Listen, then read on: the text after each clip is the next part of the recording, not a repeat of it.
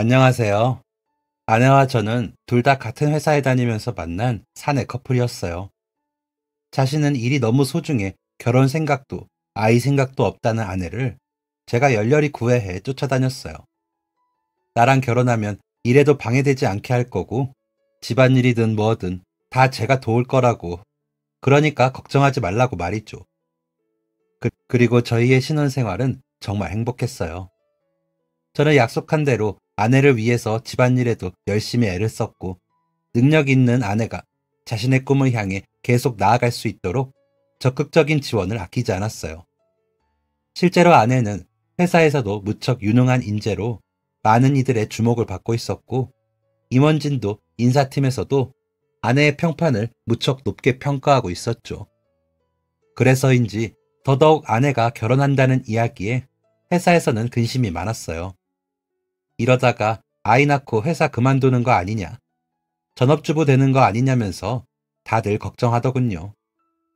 저 때문에 아내가 자신의 꿈을 그만두거나 방해받는 건 스스로도 용납할 수 없어서 더 애를 썼던 것 같아요.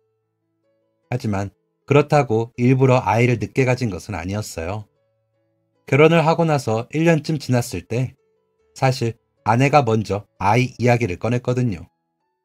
자기는 늙은 엄마는 되게 싫다며 이왕 아이를 낳을 거면 일찍 낳고 다시 회사로 복귀하는 게 더 좋을 것 같다면서 말이죠. 그리고 저와 살아보니 저 같은 아들이 있다면 몇 명이라도 키울 수 있겠다는 말도 덧붙였어요. 아마 제가 결혼하고 나서 아내를 위해 노력했던 모습이 점수를 많이 받았나 봐요. 가정을 꾸린다는 것은 제 입장에서는 언제나 환영이었기에 오히려 차분히 기다리려던 저는 아내의 그런 이야기가 고맙기만 했어요. 이대로 아이 없이 아내와 둘만 살아도 행복할 거라고 생각했는데 거기에 우리 사랑의 결실인 사랑스러운 아이까지 더해진다면 얼마나 행복할까 싶었죠. 상상만 해도 너무나 행복했어요. 우리 둘을 닮은 아이라니. 마치 꿈만 같았죠. 하지만 원래 꿈이라는 것은 이루기 어려운 법이잖아요. 절에서 등불을 밝히고 산에서는 돌을 쌓아 염원을 빌 만큼 간절히 이루고 싶은 것들은 오히려 손에 넣기가 어려운 법이죠. 저희는 열심히 노력했지만 쉽게 아이가 생기지 않았어요. 병원에서 검사도 따로 받아봤지만 둘 다 아이를 낳을 수 없다거나 뭔가 다른 이유가 있지도 않았죠. 자연스럽게 기다려보는 수밖에 없겠다 싶었지만 그래도 한 해 한 해 시간이 갈수록 초조한 마음이 들기도 했어요. 특히나 아내는 30대에 들어서면 더더욱 아이 낳기가 힘들어질 텐데 싶어서 스트레스를 많이 받더라고요. 저는 만약 아이가 안 생긴다면 나는 우리 둘만 살아도 행복하다고 이야기했지만 아내의 생각은 달랐어요. 아이를 원하지 않을 때는 몰랐지만 아이를 낳고 싶다고 생각을 한 이후에는 지나가도 다른 부부들이 아이 손을 잡고 다니는 모습만 보이고 퇴근길에도 집 앞 놀이터에서 아이들 노는 모습만 보인다고. 어쩌다 백화점이나 쇼핑몰을 갈 때면 아이들 옷이랑 신발, 장난감만 눈에 들어온다면서 지금은 자신이 아이 생각이 너무 간절하다고 했어요. 임신이 되지 않을 때마다 아내의 실망한 모습이 눈에 선했어요. 테스트기에서 임신이 아니라는 것을 확인할 때마다 아내는 어깨가 한껏 처져서는 풀이 죽어 밥도 먹지 않고 방으로 들어가 버리고는 했죠. 가끔은 아이들을 돌보는 텔레비전 프로그램을 보면서 부모와 아이들이 노는 모습을 보다가 눈물이 터져서 울고는 했어요. 지나가다 너무 예뻐서 샀다는 아이 신발을 미리 꾸며둔 아이방에 들어가서 보면서 한참 울 때도 있었죠. 우리 강아지라도 키울까? 아니면 고양이나. 당신 좋아하는 토끼는 어때? 저는 어떻게든 아내가 기운을 차리게 해주려고 노력했지만 쉽지 않았어요. 이럴 때 형의 조언을 받는다면 큰 도움이 될 텐데 지금 상황에 대해서 형한테 툭 털어놓는다면 마음이라도 편해질 것 같았어요. 힘든 상황이 생기니까 제일 먼저 친형이 떠오르더라고요. 1살 차이인 형은 제가 아는 사람 중 가장 똑똑한 사람이자 현명한 사람이에요. 어릴 때부터 고민이 있거나 모르는 게 생길 때면 저는 늘 형을 찾아갔어요. 그럴 때마다 신기하게도 형은 고작 저랑 1살밖에 차이도 나지 않으면서 제 고민의 모든 해답을 가지고 있었어요. 그만큼 제가 믿고 의지할 수 있는 사람이기도 했고 또 가장 현명한 답변을 해주는 사람이었죠. 부모님보다도 저는 형을 더 믿고 의지했고 형을 더 훌륭한 어른이라고 생각했어요.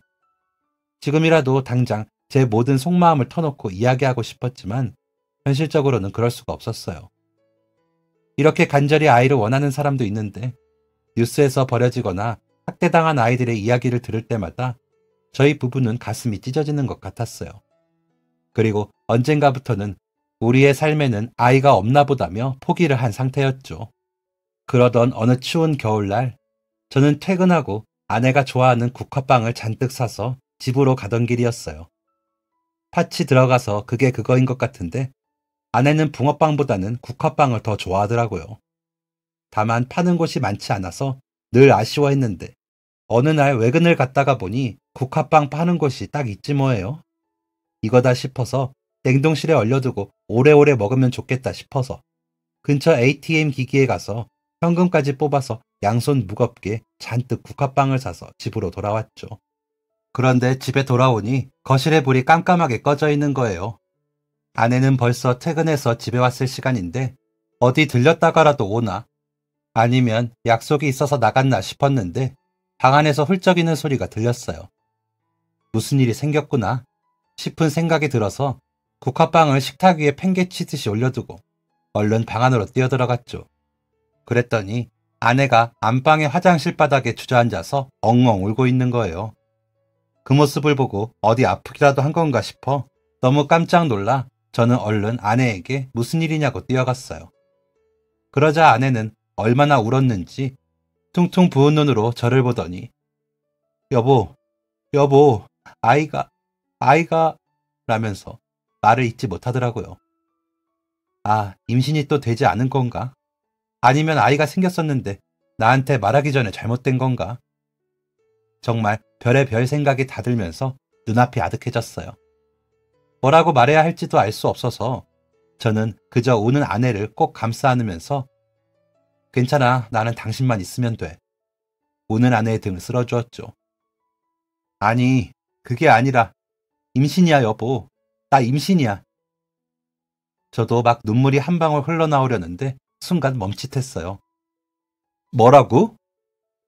너무 깜짝 놀라서 품에 안고 있던 아내를 뒤로 확 당겨서 얼굴을 살펴봤죠. 눈물 범벅인 아내는 살짝 미소를 보이며 두 눈을 반짝거리고 있었어요. 나 임신이야 여보. 이거 봐, 임신이래.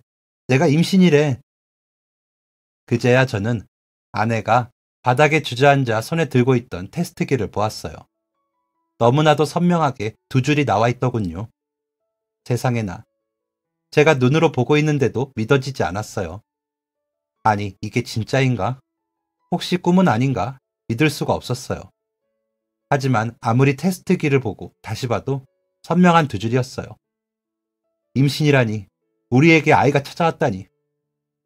아이가 생기면 제일 먼저 너무 기뻐서 그 자리에서 덩실덩실 춤을 추면서 제자리를 쿵쿵 뛰기라도 할 줄 알았는데 눈가에서 뜨거운 눈물부터 흘러나오더라고요.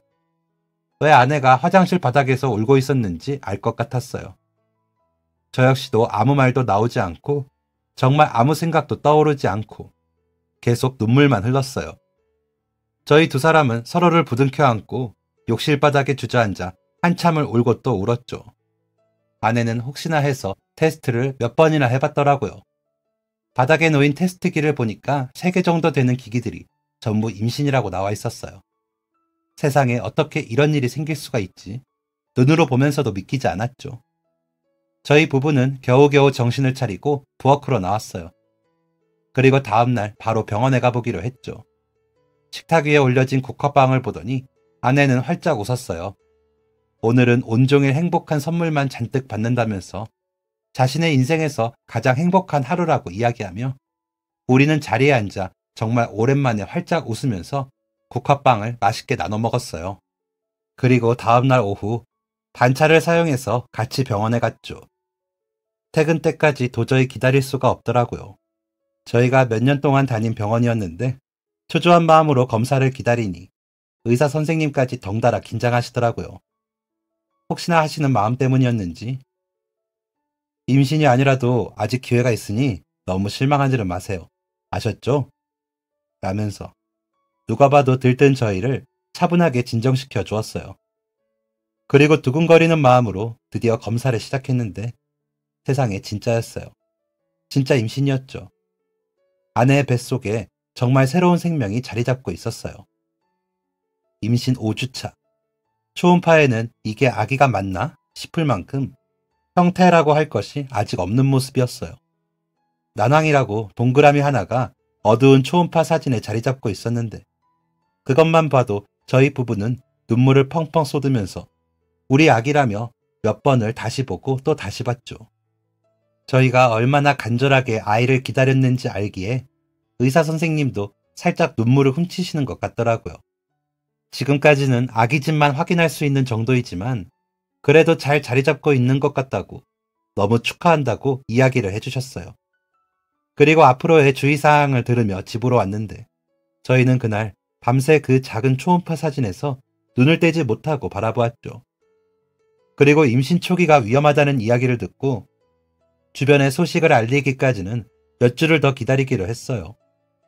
괜히 설레발로 주변 사람들에게 알렸다가 혹시나 상황이 잘못되면 더 큰 상처가 될 수 있을 것 같아서 기다리기로 한 거죠. 또 오히려 갑작스럽게 생활 환경을 바꾸면 스트레스가 될 수 있다는 이야기에 저희는 평소처럼 생활을 계속하기로 했어요. 아내도 아무 일 없는 것처럼 회사에 다녔고 저도 최대한 일상을 유지하려고 했죠. 그리고 너무나 감사하게도 아이는 아내의 뱃속에서 무럭무럭 잘 자라주었어요. 저희 아이는 성격이 얼마나 급한지 엄마 뱃속에서 10개월을 다 기다리지 못하고 일찍 나오겠다고 성화였어요. 7개월 차부터 불안불안하다 싶었는데 결국 8개월의 문턱에 들어서자마자 세상 밖으로 나와버렸죠. 10개월 꽉꽉 채워서 엄마한테 영양분도 듬뿍 받아서 쑥쑥 자라 태어났으면 더 좋았을 텐데 아무래도 뱃속에서 바깥 세상이 너무 궁금했나 봐요. 아니면 아내가 시켜서 매일 배에 가까이 얼굴을 가져다 대고 동화책을 읽어주었는데 대체 우리 아빠는 나 자는데 왜 자꾸 책을 읽어주나 따지려고 일찍 나온 것일지도 모르겠네요. 그렇게 일찍 나오고 싶다고 하더니 마음의 준비만 되고 몸의 준비는 안 됐었나 봐요. 태어나자마자 중환자실에서 계속 시간을 보냈거든요. 엄마 뱃속에서 나오자마자부터 걱정을 하게 하더니 어릴 때도 잔병 치레를 꽤 했어요. 하지만 다행히도 아이는 점점 회복하는 모습을 보였고 병원에서도 이대로만 계속한다면 앞으로는 걱정 없을 거라고 하더군요. 저희도 그렇게 믿으면서 아이의 성장 과정을 지켜봤어요. 아내는 자기 삶에서 가장 중요하다던 일도 그만뒀어요. 초기에 아이가 아프면서 병원도 다녀야 했고 몸이 약하다 보니까 주의를 많이 기울여야 했거든요. 그런데 회사를 그만두면서도 오히려 불만도 후회도 없다고 했어요. 부모가 되어보니 회사 일보다 아이가 가진 가치가 더욱 크다는 것을 깨달았다며 정말 한치의 미련도 없이 자신은 몇 번을 다시 선택해도 아이를 위해 일을 그만둘 수 있다고 하더군요. 다만 갑작스럽게 수입이 절반으로 줄어들어 고민이 되기는 했어요. 병원비가 꽤 크게 나가고 있었거든요. 그래서 저희 세 사람 살기에 남지는 않아도 부족하지는 않을 것 같아 저 혼자 외벌이 하기 시작했죠. 너무 다행스럽게도 아이는 발달에도 지장 없이 남들처럼 같은 시기에 기고 걷고 말하고 첫 노래도 저희 손을 잡고 아장아장 걸어서 많은 분의 축하를 받았죠. 그렇게 별다른 이상 없이 우리의 행복한 날들이 계속될 것만 같았어요. 어렵게 얻은 아이였기에 더욱 소중했고 태어날 때부터 어렵게 태어났기에 더욱 애틋했어요. 저희 두 사람에게 아이는 저희가 이제껏 살면서 이뤘던 그 어떤 성공보다도 가치 있는 존재였죠. 그런 아이가 태어날 때부터 몸이 약하니 저희 부부는 늘 가슴을 졸이면서 살았어요. 혹시나 우리가 뭘 잘못해서 아이가 약하게 태어난 것은 아닐까? 아이가 아플 때마다 그 모든 게 저희 탓인 것만 같아서 미안해졌어요. 너무 사랑하는 존재였기에 바라보는 것만으로도 너무 불안하기도 했죠. 아이가 태어나기 전에는 그저 막연하게만 부모로서의 심정을 헤아렸었어요. 저럴 때는 속상하겠다. 저럴 때는 행복하겠다. 모두 겉으로는 공감했지만 사실 정말 진심으로 이해하지는 못했던 것 같아요. 하지만 진짜 부모가 되어보니 절실하게 깨달을 수 있었어요. 그동안 막연하게 생각했던 모든 감정이 사실 그것보다 몇 배, 몇십 배는 더 큰 감정들이었다는 것을 말이죠. 아이가 아프면 세상이 무너지는 것 같고 저희가 놀아줄 때 활짝 웃는 모습을 보면 제가 가진 모든 것을 주더라도 몇 번이나 이 웃음을 다시 볼 수 있을 것 같았어요. 우리 아이가 잘 크고 있을까? 내가 부모로서 잘하고 있을까? 이렇게 혼내는 게 괜찮을까? 이럴 때는 어떻게 해야 할까? 우리 부부 둘 다 회사에서는 유능한 인재였는데 아이를 키우는 것을 부모의 역할은 늘 정답을 찾지 못해 헤매는 것만 같았죠.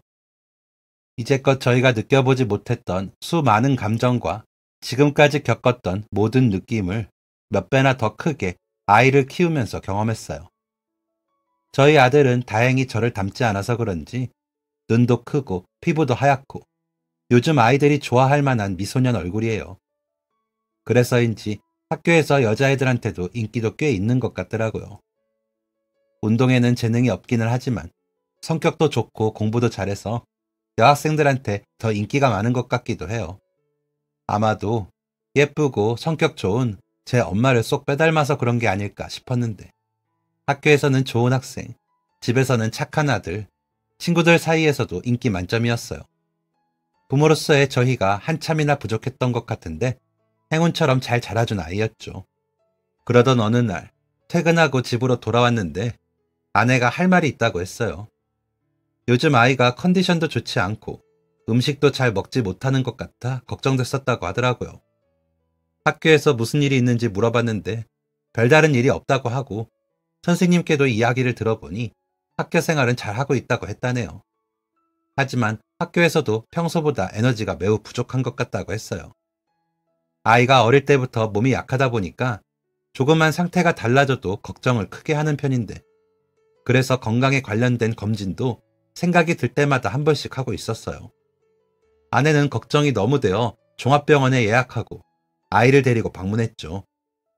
그냥 학교 생활이 조금 피곤해서 그러겠지. 큰일은 아닐 거야 하고 걱정하지 않으려 했는데 검사 결과가 나오고 나니 생각보다 큰 문제였어요.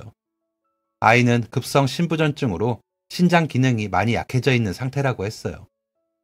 저희 부모님이 두 분 다 신장 관련 질환으로 돌아가셨었는데 그래서 유전적인 영향이 큰 것 같다고 하더라고요.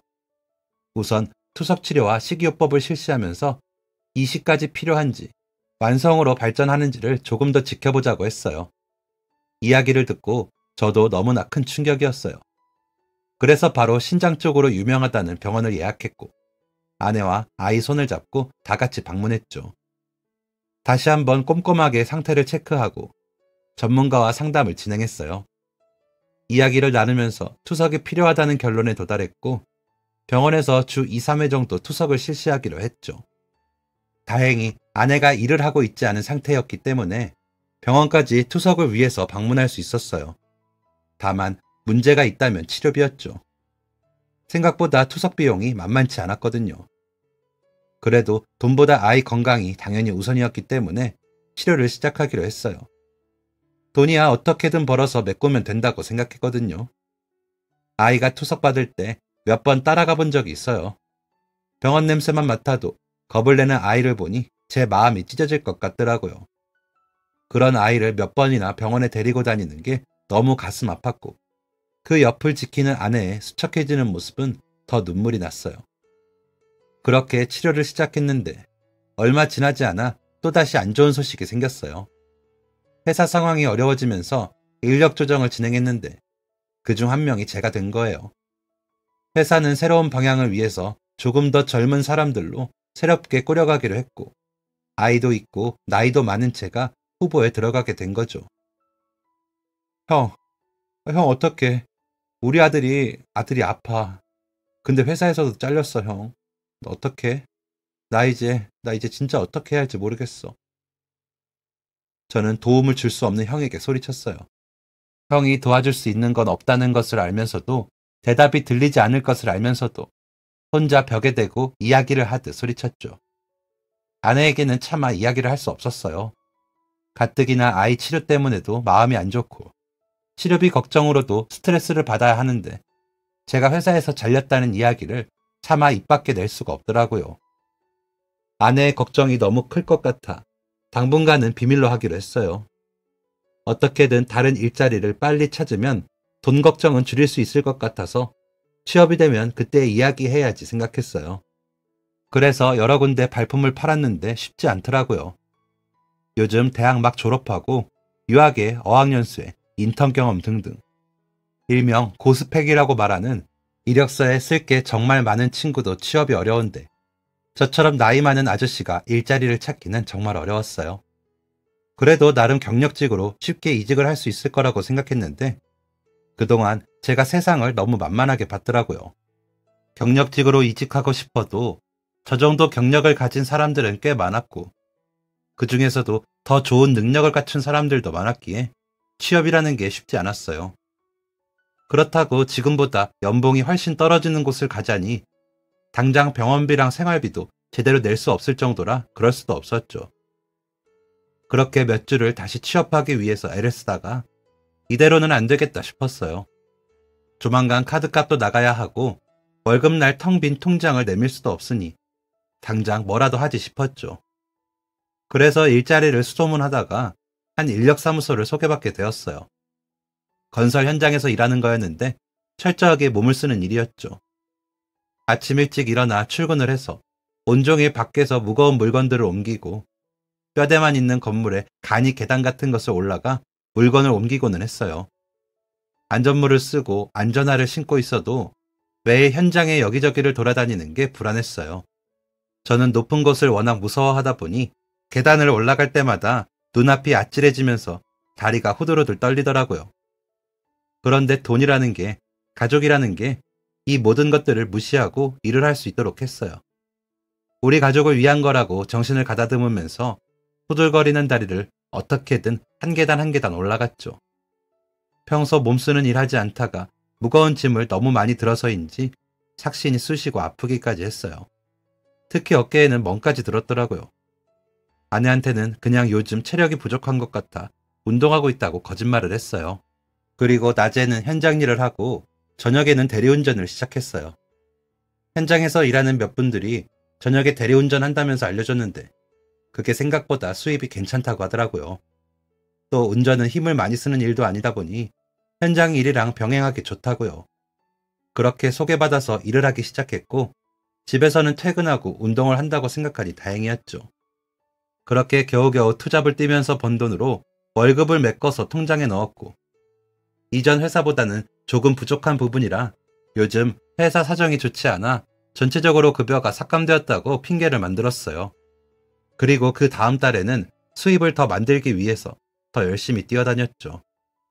건설 현장에서는 저랑 비슷한 분들이 많아서 그냥 으싸으싸 하면서 함께 힘을 낼 수 있었어요. 다들 저마다의 사연이 다양했죠. 아내가 아프거나 부모님이 몸이 안 좋거나 혹은 자식들이 아프거나 아니면 재능이 뛰어난데 그걸 밀어줄 돈이 부족해서 밤낮 없이 일하는 분들이 많았어요. 그런 분들을 보면서 저 역시 더 열심히 살아야겠다. 우리 가족을 위해서 더 힘을 내야겠다. 마음을 다잡을 수 있었네요. 하지만 저녁에 일하는 대리운전은 가끔 저를 힘 빠지게 했어요.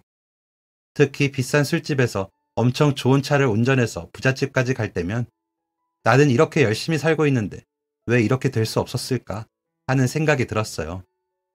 이 차 한 대 값이면 저 집 가격이면 아픈 우리 아들 걱정 없이 치료비도 필요한 것들도 다 해줄 수 있을 텐데 생활비 줄여보겠다고 무거운 짐 들고 시장까지 걸어다니는 우리 아내도 그렇게 힘들지 않고 편하게 집에서 지낼 수 있을 텐데 싶었죠. 특히나 아주 어린 친구들이 그런 비싼 차와 집을 가진 것을 볼 때면 나도 성공해서 우리 아들한테 저런 삶을 물려줬어야 하는데 싶었어요. 돈 걱정하지 않는 여유로운 삶, 자유롭게 놀고 비싼 술이랑 재밌는 곳들도 가고 그럼 아프더라도 덜 힘들게 살 수 있을 텐데 싶었죠. 그러던 어느 날 엄청 비싸 보이는 건물로 대리운전을 요청받게 되었어요. 그 앞으로 도착하니 한 젊은 남성분이 기다리고 있더라고요. 비싼 건물의 한쪽에는 비싸 보이는 차들이 잔뜩 주차되어 있었어요. 술에 취한 것 같지는 않지만 살짝 술 기운이 오른 듯한 젊은 남자분은 예의 바르게 인사를 하더니 차키를 내밀면서 자신의 차 앞까지 저를 안내해 주었죠. 그 젊은 친구의 차도 제가 이름만 겨우 들어본 엄청 비싼 자동차였어요. 저는 앞에서 잠깐 감탄하다가 차 문을 열고 들어가 운전석에 자리를 잡았죠. 젊은 청년은 뒷자리에 앉아서 내비게이션에 저장된 자기 집 주소를 눌러주고는 다시 피곤한 듯 고개를 뒤로 젖히며 눈을 감았어요. 저는 내비게이션이 안내해주는 주소지를 향해 운전하기 시작했죠. 출발한 지 한 5분 정도 지나자 어딘가에서 자꾸만 시선이 느껴졌어요. 뭐지? 싶은 생각이 들어서 룸미러를 쳐다봤는데 방금까지 눈을 감고 있던 청년이 눈을 똑바로 뜨고 룸미러로 저를 뚫어져라 쳐다보고 있더라고요. 저도 모르게 눈이 딱 마주치자 소름이 돋으면서 소스라치게 놀랐어요. 그러자 청년은 잠시 시선을 피하는 듯 하더니 조금 있다 보니 다시 고개를 들어 룸미러를 통해서 저를 빤히 쳐다보고 있더라고요. 내가 무슨 잘못이라도 했나? 아니면 혹시 이상한 사람인가 싶어서 걱정이 되기 시작했어요. 택시기사를 폭행하거나 종종 운전하는 분들에게 안 좋은 일이 일어난 뉴스를 본 적이 있기 때문에 밀폐된 공간에 단둘만 있고 술까지 마셨으니 무서워지기 시작하더라고요. 그런데 얼마나 지났을까? 룸미러를 다시 슬쩍 보니 그 청년은 저를 보면서 눈물을 글썽거리고 있었어요. 저랑 눈이 마주치니까 다급하게 눈물을 손으로 훔치더라고요. 그러고는 다시 고개를 뒤로 젖혀 눈을 감고 있다가 제가 다시 앞을 보는 것 같으니 다시 룸미러를 통해서 저를 쳐다봤어요. 그러더니 이내 훌쩍이는 소리가 뒷자리에서 들려왔어요. 애써 울음을 참으려는 것 같았지만 훌쩍이는 소리는 계속해서 들려왔죠. 그러더니 이내 그 소리는 점점 커지고 아예 울음소리로 바뀌었어요. 저는 근처 가까운 공터에 차를 세우고 뒷자리를 돌아보며 무슨 일 있냐고 어디 아프냐고 물어볼 수밖에 없었어요. 청년의 울음소리가 너무나 애절했거든요. 죄송해요 아저씨. 죄송합니다.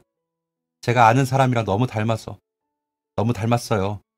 그 사람일 리 절대 없는데 너무 닮은 얼굴을 보니까 저도 모르게 죄송합니다. 청년은 제가 자신이 아는 사람과 너무 닮았다며 서럽게 울기 시작했어요. 죄송하다는 말을 계속하면서 말이죠. 저는 청년이 진정할 수 있도록 기다려 주었어요. 괜찮으니까 진정될 때까지 원하는 만큼 울라고 했죠. 그리고 혹시나 속에 담아두거나 답답해서 꺼내고 싶은 이야기가 있다면 언제든지 말하라고 앞좌석에서 그냥 가만히 앉아 기다렸어요. 잠시 후 청년은 울음이 좀 멎었는지 이내 목소리가 다시 안정적으로 돌아왔어요. 여전히 물기가 가득한 채 약간은 쉰 듯하면서 떨리고 있었지만 그래도 울음이 많이 진정된 것 같았죠. 그리고 자신이 왜 울었는지에 대해 어렵게 이야기를 꺼냈어요. 사실 제가 착각한 사람은 저희 아버지입니다. 처음 봤을 때도 깜짝 놀랐는데 뒷자리에 앉아서 룸미러를 통해 얼굴을 보니 아버지의 차 뒷자리에 앉아서 룸미러로 봤던 아버지의 얼굴이랑 너무 똑같았어요. 특히 눈 쪽은 저희 아버지라고 해도 믿을 정도로 닮으셨어요. 죄송해요. 그래서 저도 모르게 그만. 아버지를 오랫동안 보지 못했나요? 청년이 그럴 리가 없다라고 했던 이야기가 떠올라 물어봤어요. 네, 저희 아버지는 제가 중학생 때 돌아가셨어요.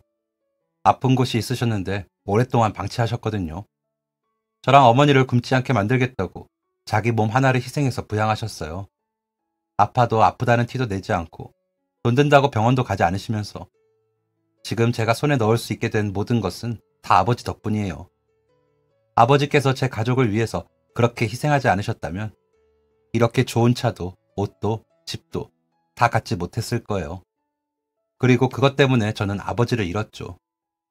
비싼 집도 차도 다 필요 없는데 저랑 어머니에게는 아버지가 오래 살아계시는 게 더 중요했는데 말이에요. 청년의 이야기를 들어보니 아버지는 어머니와 집안이 반대하는 결혼을 하는 바람에 어린 나이에 무일푼으로 쫓겨났다고 해요. 그 당시 어머니는 아버지가 다니던 대학 쪽에 있는 식당에서 일하고 있었는데 얼굴은 참하고 예쁜 편이지만 부모님도 친지도 전혀 없는 고아에다가 가진 것도 없는 가난한 사람이었다고 해요. 게다가 어릴 때 소아마비를 앓아서 다리 한쪽이 불편해 걸을 때 티가 날 정도로 절면서 걷는다고 하더라고요. 처음에는 여성분의 친절함에 자신도 친절하게 대하며 가벼운 이야기를 주고받게 되었다고 해요. 그냥 모르는 사람과도 가볍게 이야기를 나눌 수 있는 주제로 날씨나 요즘 동네에서 일어나는 일들 같은 일상적인 것들 말이죠. 그러다가 자주 그 식당을 이용하게 되면서 자연스럽게 대화가 늘어나게 되었고, 그렇게 이야기를 나누다 보니 겉으로 보이는 장애보다 훨씬 많은 매력을 발견했다고 하더라고요. 학교 공부는 제대로 배우지 못했는데도 혼자서 책을 많이 읽어 대학을 다니던 아버지도 놀랄 정도로 아는 게 많았고, 아버지가 공부하는 분야에 대해서도 지식이 해박했다고 해요. 게다가 몸이 불편하면서도 지각 한 번, 결근 한 번 없이 매일 식당에 몇 년 동안 출근하는 것을 보고 더욱 빠져버렸다고 하더라고요. 어떤 손님이 와도 따뜻하고 인자하게 대하는 성품도 너무나 아름다웠고, 다리가 불편하다는 것은 자기 눈에는 보이지도 않을 정도로 청년의 어머니에게 완전히 푹 빠졌다고 하더라고요. 그래서 자신과 만나달라고 몇 번이나 이야기했는데, 여성분은 자기는 가진 것도 없고 다리까지 불편하다며 좋은 대학에 다니는 사람이 뭐하러 자기를 만나냐고 거절했다고 하더라고요. 혹시나 그쪽 부모님이라도 알게 되시면 경을 치고 노할 거라면서 절대 안 된다고요. 하지만 청년의 아버지는 집요한 사람이었고, 자신의 부모님이나 주변의 시선이 문제라면 그런 건 자기한테 아무 문제도 되지 않는다고 여성분을 설득했어요. 물론 그 여성분 역시 아버지에게 호감이 있었지만 처지 때문에 만나기를 원치 않았던 거였다고 해요. 결국 여성분은 자신이 고아의 장애를 가졌다는 사실까지 모두 털어놓아도 부모님이 허락하신다면 그때 만나자고 이야기했어요. 누구보다 그 여성분에 대한 확신이 있었던 아버지는 허락을 받아오겠다면서 당당하게 본가로 향했어요. 그리고 평소 부부는 사랑하는 마음과 함께 힘든 일도 이겨내려는 의지만 있으면 된다고 강조하셨던 부모님이었기에 당연히 그 여성분과 교제하는 것을 허락해 줄 거라고 생각했죠. 그리고 부모님에게 이야기를 꺼내자마자 여성분의 말이 맞았어요. 어머니는 충격으로 그대로 자리에서 쓰러지셨고, 아버지는 소리를 버럭버럭 지르면서 절대 안 된다고 못을 박으셨죠. 너 이러려고 우리가 애써서 대학 보냈는 줄 아냐? 어? 고작 그런 다리 병신이나 만나라고 우리가 그렇게 좋은 대학 보낸 줄 알아? 아니, 너희 대학에 너랑 수준 맞는 애들이 그렇게 천지인데 왜 그러는 거냐? 어? 어디서 다리 병신의 고아를 만나겠다고 이야기를 꺼내. 너 진짜 어머니 아버지 쓰러져서 저 세상 가는 꼴 보고 싶어? 아버지는 정말 좋은 사람이라고 제발 한 번만이라도 만나보고 생각해보시라고 설득을 했지만 부모님의 의견은 단호했어요. 절대 안 된다. 아버지, 어머니의 고집이 너무 강해서 도저히 꺾을 수가 없었죠. 학교 수업까지 빠져가며 본가에서 며칠을 부모님을 설득하기 위해 노력했지만 오히려 부모님은 그런 식으로 할 거면 대학도 그만두고 다시 본가로 돌아오라고 했어요. 아버지가 설득을 하려고 하면 할수록 부모님의 의견은 더욱 완강해지셨죠. 결국 참다 못한 그 부모님은 이제부터 대학 등록금도 일절 지원해주지 않겠다고, 너한테는 앞으로 돈 한 푼 못 준다고 못을 박았대요.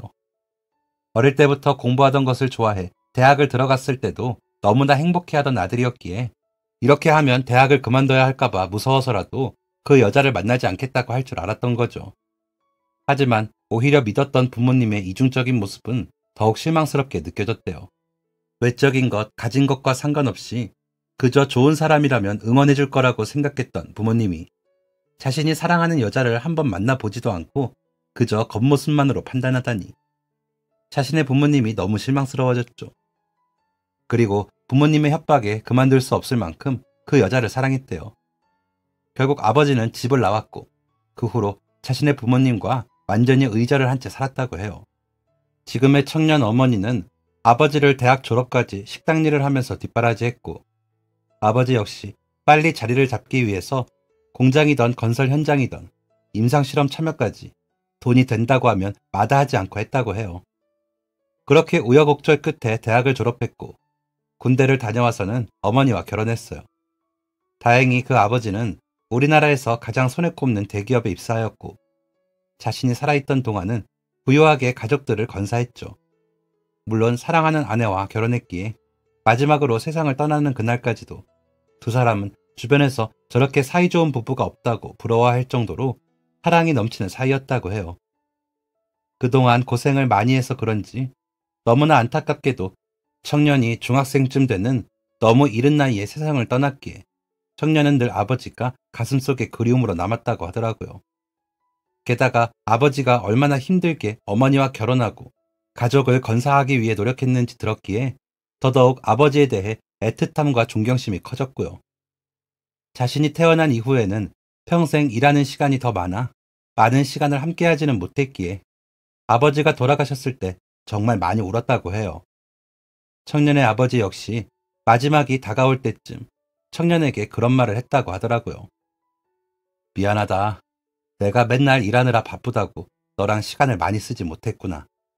일이 이렇게 될 줄 알았다면 그 시간 동안 너랑 더 많이 추억을 만들었어야 했는데 사람이 죽을 때가 되어서야 진짜 중요한 게 무엇인지 알게 된다더니 그 말이 꼭 맞는구나. 너와 이별하는 순간이 이렇게 빨리 다가올 거라고는 생각도 하지 못했는데 미안하다. 아버지가 더 좋은 아버지가 되어주지 못해서. 그래도 아버지는 네가 늘 자랑스러웠단다. 너에게 부족한 점이 많았겠지만 네가 내 아들이라서 아버지는 평생 자랑스러웠어. 네 엄마가 잔소리도 많이 하고 혼낼 때는 무서워도 누구보다 여린 사람이야. 그러니까 우리 아들이 엄마 잘 챙겨줘야 해. 이제 네가 우리 집 가장이니까 잘 부탁한다. 청년의 이야기를 듣는데 저도 모르게 눈물이 같이 흘렀어요. 아들을 부탁하는 아버지의 마음을 이해할 수 있기도 했고 가족을 먼저 떠나보낸 청년의 심정이 아픈 아들을 키우는 입장에서도 이해가 됐었거든요. 그리고 청년이 말해준 아버지의 이야기는 저에게 또 다른 사람을 떠올리게 했어요. 혹시 정말 미안하지만 아버지 성함이 무엇인가요? 저는 혹시나 하는 마음으로 청년에게 아버지 이름을 물어봤어요.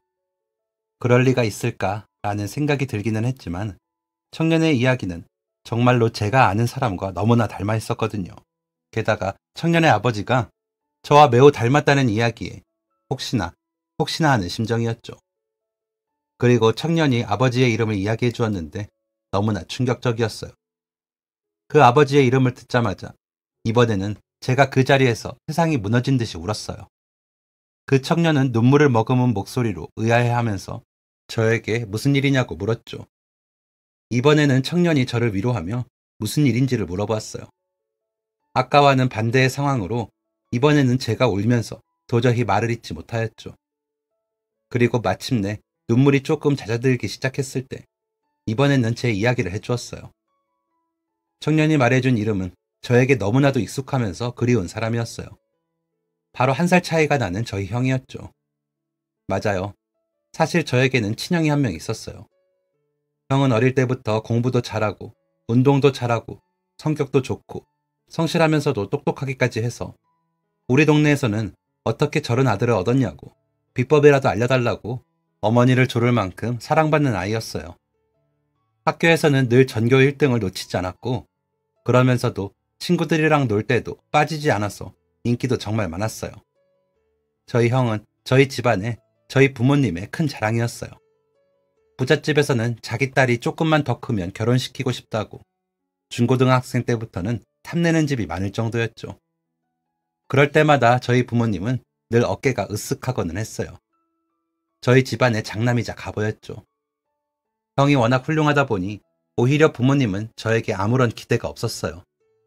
자식 농사 하나를 대박이 났으니 상대적으로 저는 공부를 그렇게 잘 하지 않아도 학교에서 그렇게 눈에 띄지 않아도 별로 신경을 쓰지 않으셨죠. 형이 잘하고 있으니 너는 그냥 부족하지만 않으면 된다는 식이었어요. 사실 그러면 형을 시기 질투하고 미워할 수도 있지만 그렇지 않았어요. 완벽했던 우리 형은 저에게 형으로서도 너무나 완벽한 사람이었거든요. 부모님도 기대하지 않는 저에게 유일하게 희망을 걸어주는 사람이었어요. 형은 늘 저의 사소한 점까지도 칭찬하면서 제가 얼마나 소중하고 대단한 사람인지를 일깨워 주었어요. 그런 형이 있어서 집안에서 주목받지 못했기도 하지만 그런 형이 있었기에 집안에서 주목받지 못해도 버틸 수가 있었어요. 공부도 알려주고 운동도 알려주고 자기 친구들이랑 축구를 할 때도 항상 저를 끼워주었어요. 형은 저한테 가장 빛나는 사람이자 가장 존경하는 사람이었고 제가 어디로 가면 좋을지를 알려주는 등대 같은 사람이었어요. 그리고 형은 대학으로 갔고 저도 형을 따라 대학에 진학했어요. 부모님 기대가 없이 진학한 곳이라 장학금을 받으며 다니기 위해서 원래 가고 싶던 곳보다 좋은 곳은 아니었지만 그래도 제 힘으로 학교에 다니고 있었기에 오히려 편하게 학교 생활을 할 수 있었어요. 그리고 얼마 후 형이 본가로 와서 사랑하는 여자가 생겼는데 고아의 한쪽 다리를 저는 장애가 가졌다고 폭탄 발언을 했고 저까지 집으로 소환당했어요. 그리고 며칠 후 형은 집을 나가버렸죠. 그리고 다시는 형을 볼 수 없었어요. 형에게 연락을 해보려고 했지만 자취방도 이사가고 연락처도 바꿔버렸어요. 형의 학교 앞에서 몇 날 며칠을 기다리기도 했지만 한 번도 마주칠 수 없었죠. 그 후로는 저도 포기했어요. 사실 언젠가는 형이 죄송하다고 부모님에게 연락을 할 줄 알았어요. 그래서 그냥 시간이 해결할 문제니 기다리면 되겠지 했는데 형의 소식은 그 후로 제가 결혼하고 아이를 낳을 때까지 단 한 번도 들을 수가 없었죠. 그런데 형이 죽었다니. 지금쯤 어딘가에서 그래도 나름 잘 살고 있을 거라고 생각했는데 형이 죽었다니. 너무 충격적이었어요. 언젠가는 소식을 알 수 있지 않을까 작은 희망을 늘 가슴에 품고 있었는데 알고 보니 형은 이미 오래전 제가 다시는 볼 수 없는 곳으로 세상을 떠난 거였죠. 이야기를 듣더니 청년은 어떻게 이런 인연이 있냐면서 저를 따라 같이 울었어요. 그리고 그 후로 제가 결혼하고 아이가 아파서 이 일을 하게 되었다는 사연을 듣더니 눈을 반짝였죠. 아무래도 저희가 다시 만날 수 있게 된 건 저희 아버지가 주신 선물인 것 같아요. 저는 아버지에 대한 그리움 때문에 힘들고 외로웠고 아저씨는, 아니 작은아버지는 일할 곳과 돈이 필요하잖아요. 저희가 서로를 도울 수 있을 것 같아요. 저는 조카를 집까지 바래다 주었고 조카는 들어가서 이야기하자며 저를 끌고 갔어요. 그리고 처음으로 형수님과 대면하게 되었죠. 저희는 아까 나누었던 이야기들을 다시 형수님에게 들려주었고 형수님은 처음 보는 저를 마치 오랫동안 알고 지낸 가족처럼 맞아주었어요. 그리고 형이 그동안 저를 보고 싶어 했다고, 저에게만이라도 연락할까 몇 번이나 망설였지만 부모님 때문에 차마 그럴 수 없었다고 이야기를 해주더라고요. 그리고 조금만 더 성공해서 이야기하며 집까지 나갔으니 정말 멋진 모습으로 동생 앞에 나타나기를 원했다고요. 그동안 이야기 많이 들었어요. 오랜 시간 형이 만나러 가지 못했지만 동생분 이야기를 항상 하고 살았어요.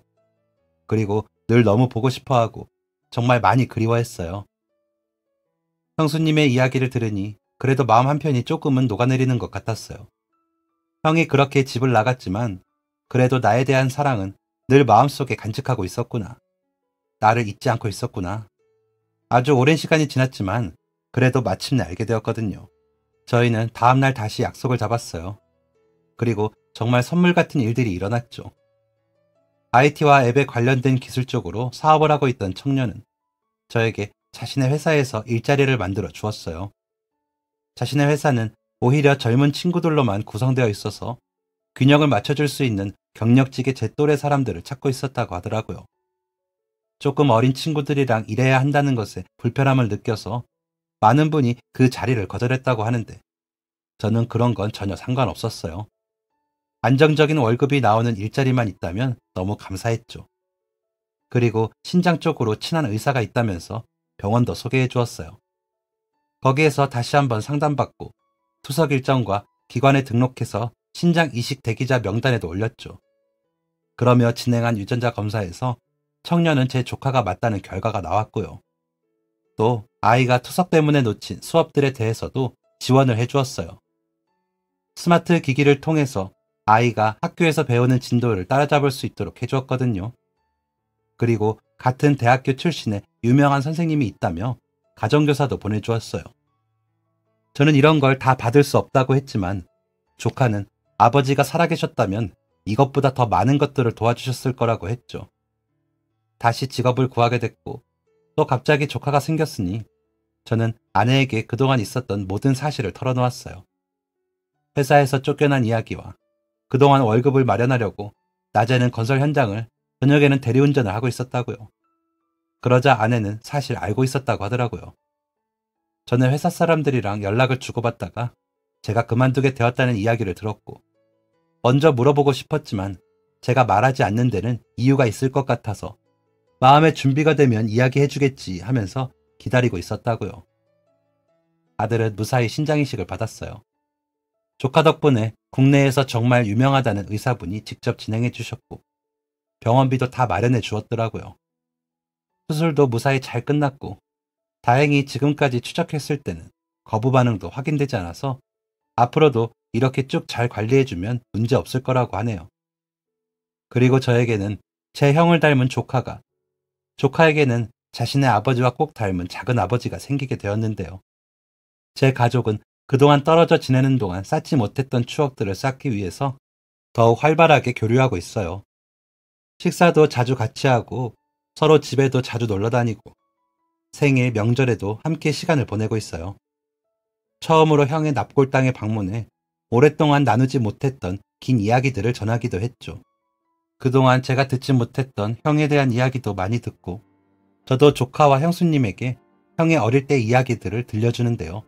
비록 형은 이 자리에 저희와 함께하지 못하지만 저희는 아직도 그때 우리를 만날 수 있도록 해준 것이 형의 선물이라고 믿고 있어요. 그리고 하늘에서도 형이 우리를 항상 보살펴주고 있다고 생각해요. 사랑하는 형을 비록 다시 볼 수는 없지만 형은 언제나 오랜 시간을 돌고 돌아 어렵게 만난 우리 가족들 사이에서 언제나 좋은 추억으로 오래오래 함께 할 거예요. 언젠가 다시 만나게 된다면 형에게 고맙다고, 많이 사랑하고 보고 싶었다고 꼭 이야기해주고 싶어요. 지금까지 사연 들어주셔서 감사합니다. 사연이 재밌으셨다면 구독과 좋아요를 눌러주세요. 감사합니다. 안녕히 계세요.